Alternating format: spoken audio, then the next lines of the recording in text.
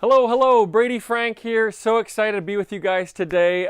We've gotten hundreds of emails in response, actually it could be thousands by now, of emails in response to the latest article that I wrote in Dental Economics. It was a three-part series on the DDSO. And so we're going to bring some things to light today. We've had a lot of people say, hey, can you give us more explanation on how these things fit together, how the passive income fits together, how the streams of income fits together, how these funnels fit together. And so folks also would like a little bit of my background story on how I started to get into this stuff. And so what we're going to do today is just bring light to a lot of that stuff. I'm going to talk quickly. We're going to keep this short and sweet and give an overview. So about 19 years ago in 1999, as a junior in dental school, I was golfing with my brother. I took a swing and my wrist like froze up and I had a ton of pain. And as a junior in dental school, you know, you're in the middle of clinical stuff, you're getting ready for your exams coming up senior year, all that good stuff. And I told him I couldn't play. I couldn't move my wrist. And so the next day the pain was worse and I still couldn't move my wrist. I went to a wrist surgeon 3 days later who said to stop it I'd have to get my carpals fused together. And obviously that would be a big problem with dentistry and would be considered a partial disability. And I was like, wow, I've just invested all this time and now I might not be able to practice dentistry. So it ended up being a blessing in disguise because I started to think about what would I do if I couldn't practice dentistry. And I realized that I could not rely on my physical body for 30 years to do dentistry.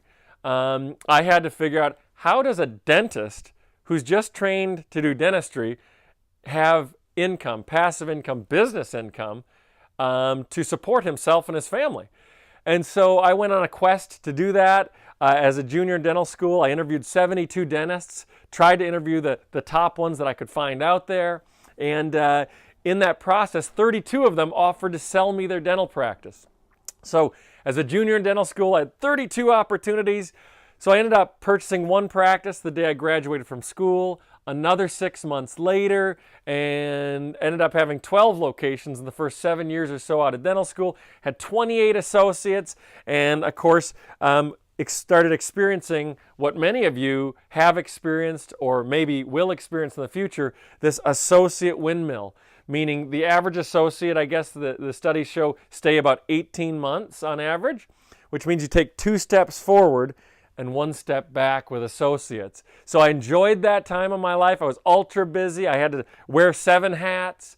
But thankfully, I found different ways, better ways of doing it.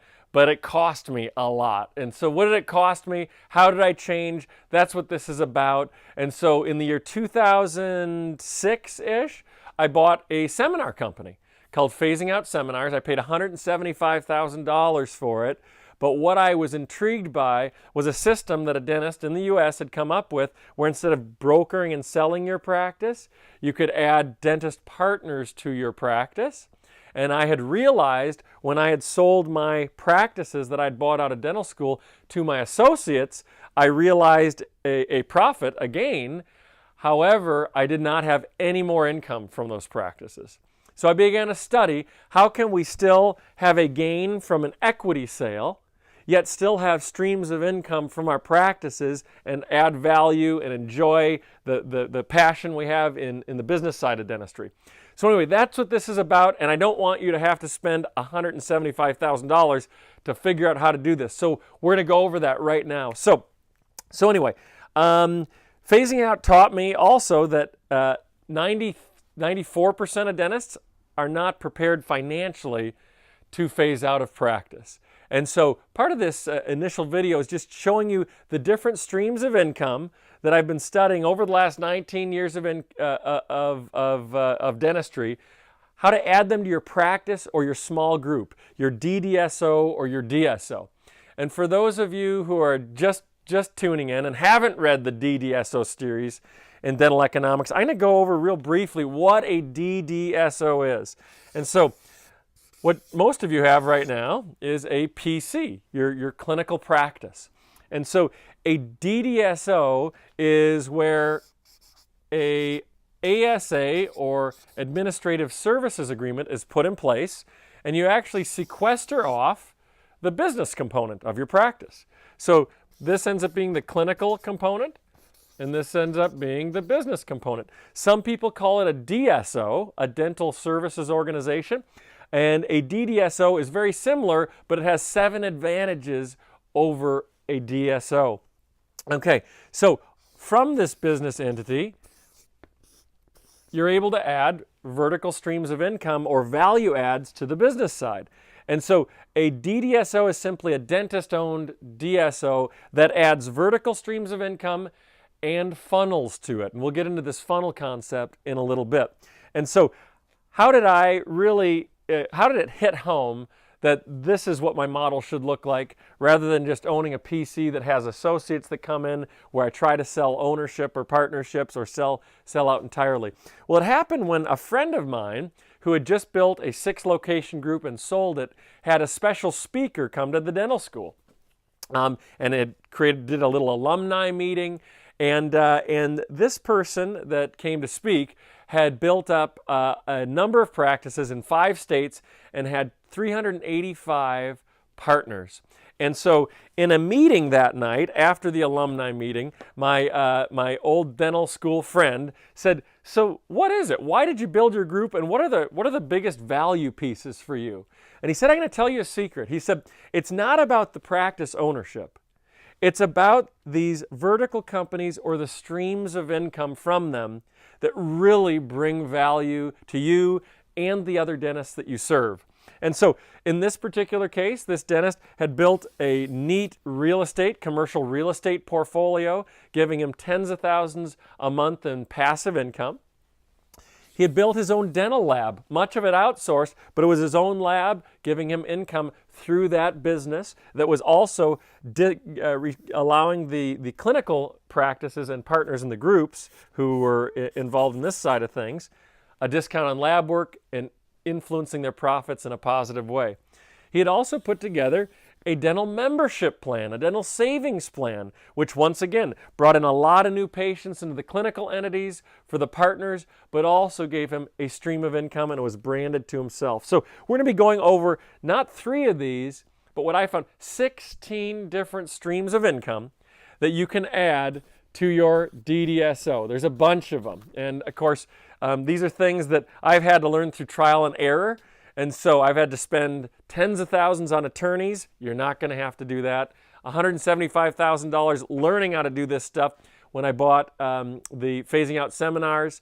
And just in the last 5 months alone, I've spent over $35,000 learning how to create funnels for each one of these streams of income. So what is a funnel? A funnel is basically websites 2.0.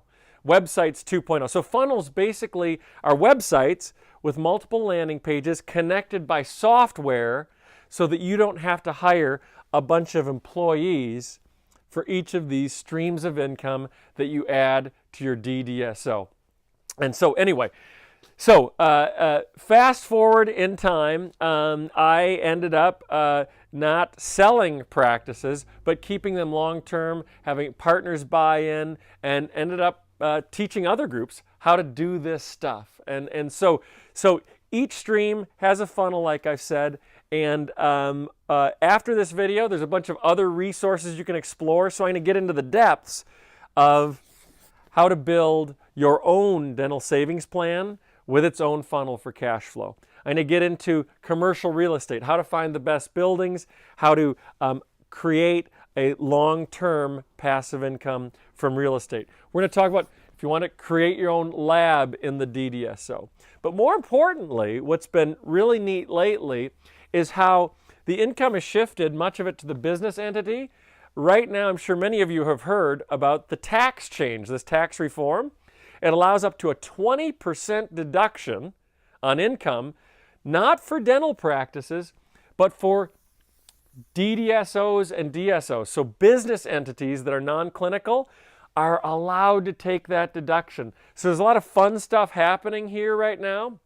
And the attorney that I work with predominantly, he's working with about 160 different dentists right now, reforming and changing their model to benefit from recent tax codes. So we're going to be going over that as well. So the whole goal of this is that you would receive wisdom through my mistakes and my successes, not experience through your own mistakes. So that's it. We're going to get into a few more funnels right here. This is our intro video. Peruse the site, click on a few things, get used to some of that good stuff, and we'll get started.